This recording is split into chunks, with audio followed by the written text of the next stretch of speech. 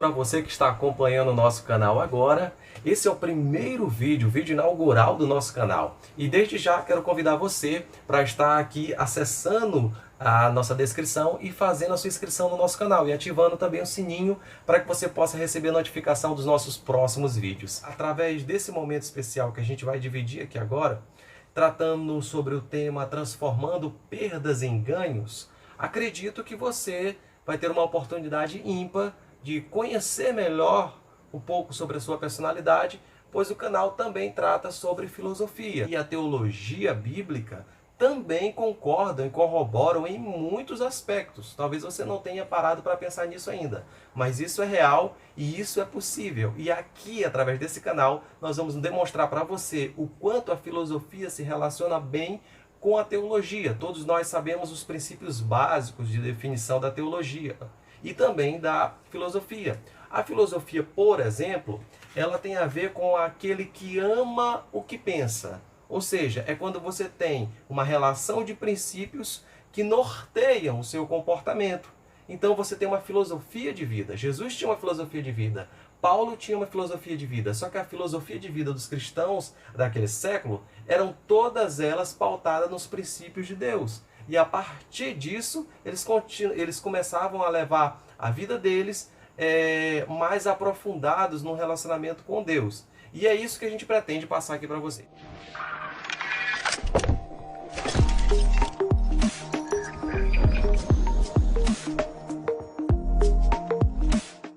Então agora fique comigo porque nós vamos diretamente ao tema proposto de hoje, que é transformando perdas em ganhos. Nós acreditamos piamente que tudo aquilo que se vai sempre devolve algo positivo. É uma lei da consequência. Eu queria que você pesquisasse, ou melhor, abrisse sua Bíblia, usasse como referência lá em 1 Reis, no capítulo 17. Nesse livro, nesse capítulo mais precisamente, você vai encontrar uma história muito linda retratando a trajetória do profeta Elias. E nessa trajetória dele existem elementos que vão nos ajudar a compreender como as perdas podem produzir ganhos diretos para a nossa vida. Então eu vou direto ao ponto principal. Bem, Elias, ele profetiza que não haveria chuva, que cessariam as chuvas. Por conta disso, havia fome em muitas vilas. Deus direciona então Elias até uma vila chamada Sarepta, onde ali estaria uma viúva. Deus já havia falado anteriormente no texto que aquela viúva recebeu um sobreaviso de que ela receberia o profeta e o atenderia. Então Elias vai ao encontro dessa viúva. Só que quando Elias chega lá, o cenário não era nada bom. Elias encontra fome, inclusive na casa a qual haveria de acolher ele. Enquanto ele encontra essa viúva, ele começa ali um diálogo com ela. E ele pergunta para ela: senhora, a senhora pode me servir um pouco de água? E ela começa a tratar do assunto, começa a atendê-lo, serve um pouco de água para ele, em seguida ele pede alimento. E aí ela entra no ponto principal, quando ela declara para ele que tudo que ela tinha naquele momento era um pouco de farinha e um pouco de azeite. E que ela ia usar como última refeição para ela e o filho antes de morrer, pois não haveria mais comida após a farinha e o azeite que ela tinha. Então era a última refeição dela antes de morrer. Só que o profeta solicita essa refeição para ela. E ao solicitar essa refeição a ela, ele deixa bem claro a ela: olha, eu quero que você primeiro use o que você tem para fazer um bolo para mim e depois você se alimenta com seu filho. Opa! Como assim? Como ela ia alimentar o seu filho depois disso, se tudo que ela tinha, ela estava entregando ao profeta? Naquele momento, ela tinha que tomar uma atitude. Naquele momento, a ação dela, diante da situação difícil, diante daquela perda aparente, determinaria como seria o futuro dela. Só que ela usa a fé. Ela usa o melhor elemento que você pode adotar hoje na sua vida para transformar as suas perdas em ganhos. A fé, acreditar, mesmo que tudo diga o contrário. Fazendo do exemplo de Abraão, o seu patamar de vida daqui para frente, que creu contra a esperança, ou seja, não havia nenhuma esperança diante dos olhos de Abraão, pois Abraão resolveu crer contra essa mesma esperança e conseguiu o resultado que ele queria. Deus transformou completamente a vida de Abraão, mas a nossa história aqui é sobre Elias e a viúva de Sarepta. Então vamos continuar aqui nesse ponto principal. Então, quando Elias pede isso a ela, ela vai e prepara esse bolo a ele. Quando ela volta para dentro de casa, a surpresa, a panela estava com farinha transbordando, a botija não faltou azeite, e o profeta disse a ela: olha, mulher, eu te digo uma coisa, não vai faltar azeite, não vai faltar farinha para você até que a chuva volte. Ou seja, parafraseando o texto, que deixa bem claro que nunca faltaria comida para aquela mulher até a chuva retornar. Porque quando a chuva retornasse, ela não precisaria mais do milagre de multiplicar a farinha, multiplicar o azeite, pois a chuva já estava de volta e trazendo consigo o que era necessário para ela poder plantar e comer. Bom, aquela mulher entregou tudo que ela tinha para Deus. Ela entregou o que ela tinha de melhor para Deus naquele momento.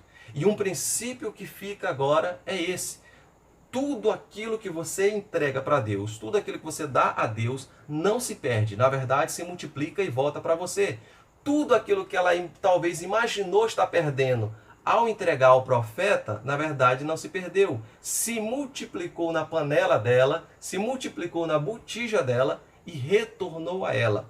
O milagre de Deus na nossa vida é esse, de nós usarmos a nossa fé em um momento difícil para que tudo aquilo que a gente achou que estava perdendo passe a se tornar ganho para a gente. A mulher não perdeu nada, na verdade, ela recebeu algo multiplicado.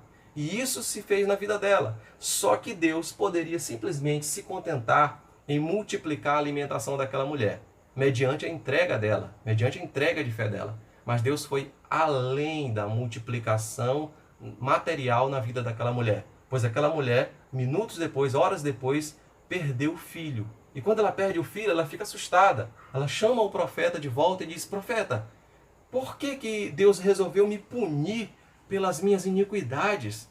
Por que Deus resolveu fazer isso comigo? Afinal de contas, eu fiz tudo que ele queria. Por que ele precisou tirar a vida do meu filho? E o profeta pegou o menino, levou o menino ao quarto, depois trouxe o menino de volta já com vida para aquela mulher. Entenda, tudo aquilo que você perde, ou você entrega para Deus, você não está perdendo nada. Na verdade, está se multiplicando e voltando para você.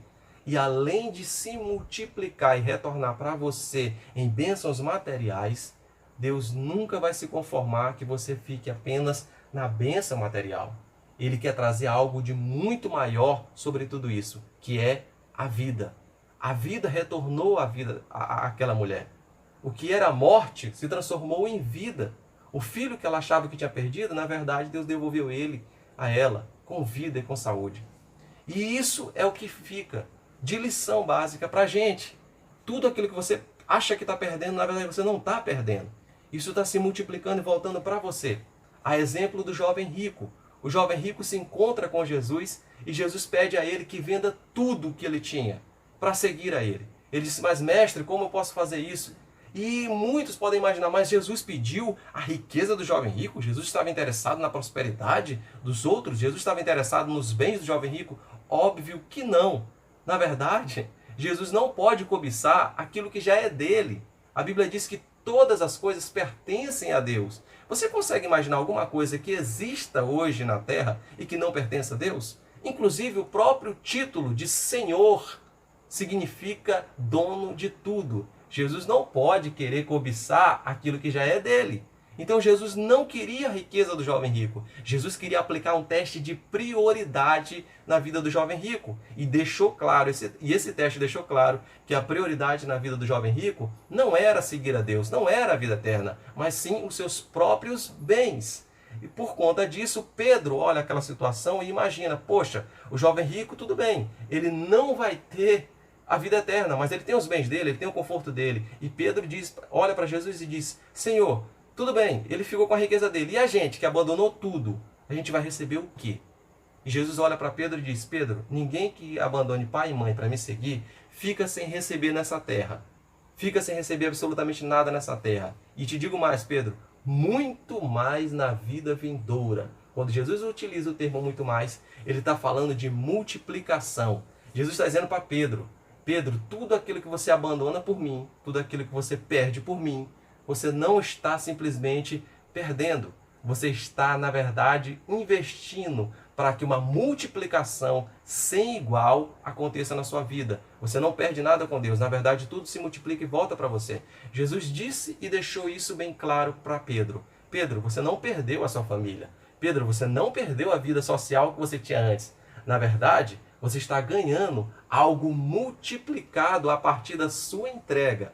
E Pedro recebeu essa multiplicação. Então, Jesus trabalha esse propósito em nós. Trabalha esse detalhe que a gente precisa sempre levar em consideração para que possamos transformar as perdas em ganhos. Aquilo que parecia perda para Pedro, na verdade era ganho de vida eterna. Aquilo que parecia ser perda para a viúva de Sarepta, na verdade já era multiplicação na sua panela. Aquilo que parecia ser perda para Jesus ao morrer na cruz, na verdade era multiplicação, era vida descendo sobre aquele que vivia na iniquidade, para que pudesse ser restaurado, tornado uma nova criatura e redimido para viver eternamente com o Pai. Então, aqui, querido, é o ponto principal para a gente. Bom, eu queria que você...